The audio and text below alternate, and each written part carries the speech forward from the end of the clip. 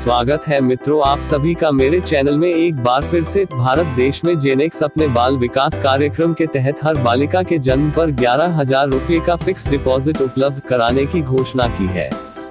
देश में लैंगिक समानता पर काम कर रहे इस संगठन ने शनिवार को कहा कि इस घोषणा का लाभ उन सभी अभिभावकों को मिलेगा जो बच्ची के जन्म से पहले अपना नाम संगठन की वेबसाइट पर पंजीकृत कराएंगे। कंपनी की तरफ कहा गया कि इस कार्यक्रम का लाभ पूरे देश में हर किसी को निशुल्क उपलब्ध कराया जाएगा। इसके लिए अभिभावकों को www.genexchild.com पर जाकर अपना पंजीकरण कराना होगा। इस पहल का मकसद हर बालिका को 18 साल की उम्र में अपने खुद के पैसे के साथ सशक्त बनाना है। बालिग होने पर पंजीकृत बच्ची अपनी रकम का इस्तेमाल अपनी शिक्षा, व्यापार या विवाह में करने के लिए पूरी तरह स्वतंत्र होगी। जेनेक्स के संस्थापक पंकज गुप्ता ने कहा, हम अपने 1.5 लाख नेटवर्क पार्टनरों के साथ मिलकर इस पहल की घोषणा करने में गर्व महसूस कर रहे हैं। यह अगली पीढ़ी को आत्मनिर्भर व स्वतंत्र बनाने की दिशा में छोटी सी पहल है। उन्होंने कहा कि कंपनी इसके लिए कोई फॉरेन फंडिंग नहीं ले रही है और न ही अभिभावकों से ही एक भी रुपया लिया जा रहा है। इस कार्यक्रम की सफलता हमारे देश के अभिभावकों के विवेक पर ही निर्भर है।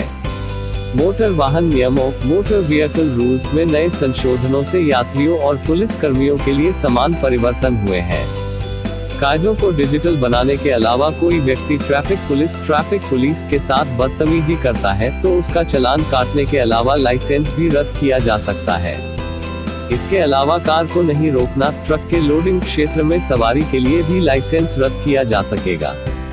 डिजिटाइजेशन पर को बढ़ावा देने पर जोर, यात्रियों की सुविधा के लिए केंद्र सरकार ने लाइसेंस मेंटेनेंस के कागज को डिजिटाइज करने के अलावा ई-चालान की सुविधा भी शामिल की गई है। ये सभी चीजें एक IT पोर्टल से संपन्न हो जाएंगी। इलेक्ट्रॉनिक माध्यम से वैध पाए गए वाहनों के दस्तावेजों की जांच के लिए फिजिकल रूपों में मांग नहीं की जाएगी। लाइसेंसिंग प्राधिकरण द्वारा अयोग्य या निरस्त ड्राइविंग लाइसेंस का विवरण दर्ज किया जाएगा और पोर्टल में क्रम अनुसार अपडेट किया जाएगा। मोटर वाहन नियमों में बदलाव, सड़क परिवहन और राजमार्ग मंत्रालय ministry of road transport and highways ने कहा है कि 1989 के मोटर वाहन नियमों में बदलाव का नोटिफिकेशन जारी कर दिया है। इसमें डिजिटल कागजात, मेंटेनेंस और ई-चालान आदि IT पोर्टल से होने की बात कही गई है। IT सेवाओं और इलेक्ट्रॉनिक निगरानी के उपयोग से देश में यातायात नियमों को बेहतर ढंग से लागू किया जा सकेगा। इससे चालकों का उत्पीड़न दूर होगा और नागरिकों को सुविधा मिल सकेगी। ड्राइवरों पर होगी प्राधिकरण की नजर। मोटर वाहन एक्ट 2019 मोटर व्हीकल एक्ट 2019 का प्रकाशन पिछले साल अगस्त में हुआ था। सरकार ने कहा कि संशोधन से चालान की परिभाषा उपलब्ध होती है। IT के माध्यम से सेवाएं प्रदान करने और इलेक्ट्रॉनिक निगरानी और प्रवर्तन के लिए पोर्टल एक आवश्यकता के तौर पर लाया गया। इसमें कहा गया है कि निरस्त या योग्य करार दिए गए लाइसेंस को पोर्टल में क्रमानुसार दर्ज किया जाएगा और ड्राइवर पर नजर रखी जाएगी। इसके अलावा यह इलेक्ट्रॉनिक कागजात दिखाने को मान्यता देने का प्रावधान तय होने की बात भी इस एक्ट में है।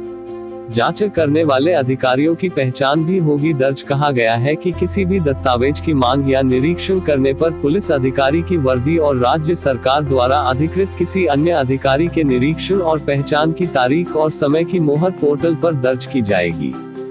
बयान में कहा गया है कि यह वाहनों के अनावश्यक पुनः जांच या निरीक्षण में मदद करेगा। इसके अलावा आगे चलकर वाहन चालकों के उत्पीड़न को भी दूर करेगा। रिलायंस कंपनी के भारत ने जब मोबाइल फोन की सर्विस शुरू हुई थी, सबसे कम कीमत 700 रुपए में बेचा था, जिसमें 6 महीने से 1 साल तक अनलिमिटेड कॉलिंग की सुविधा थी। रिलायंस जियो ने फ्री में 4G सिम भी दिया। देश के नागरिकों, अब फिर से नई शुरुआत होगी हमारे देश में। जियो के एक अधिकारी ने बताया कि कंपनी 5,000 रुपए से कम कीमत में 5G स्मार्टफोन पेश करने की योजना बना रही है और आगे बिक्री बढ़ने पर इसकी कीमत घटाकर 2,500 से 3,000 रुपए तक की जाएगी। कंपनी इस पहले के तहत वर्तमान में 2G कनेक्शन का इस्तेमाल करने वाले 20 से 30 करोड़ मोबाइल उपयोगकर्ताओं को लुभाने की कोशिश करेगी। कंपनी के एक अधिकारी ने नाम गोपनीय रखने की शर्त पर बताया, जियो उपकरण की कीमत 5,000 रुपए से कम रखना चाहती है। जब हम बिक्री बढ़ा लेंगे तो इसकी कीमत 2,500 से 3,000 रुपए हो सकती है। रिलायंस जियो ने इस संबंध में भेजे गए ईमेल का कोई जवाब नहीं दिया। इस समय भारत में मिलने वाले 5G स्मार्टफोन की कीमत 27,000 रुपये से शुरू है। जियो भारत में उपभोक्ताओं के लिए मुफ्त में 4G मोबाइल फोन पेश करने वाली पहली कंपनी। इसके तहत जियो फोन के लिए 1,500 रुपये देने थे, जो बाद में वापस हो सकते थे। रिलायंस इंडस्ट्रीज के अध्यक्ष और प्रबंध निदेशक मुकेश अंबानी ने कंपनी की 43वीं वार्षिक आम बैठक में भारत को 2G मुक्त 2G कनेक्शनों से मुक्त बनाने की बात कही थी और एक सस्ते 5G स्मार्टफोन की जरूरत पर जोर दिया था। कंपनी अपने 5G नेटवर्क उपकरण पर भी काम कर रही है और उसने दूरसंचार विभाग से इन उत्पादों के परीक्षण के लिए स्पेक्ट्रम आवंटित करने के लिए कहा है। सरकार ने अभी रिलायंस जियो के अनुरोध पर फैसला नहीं किया है।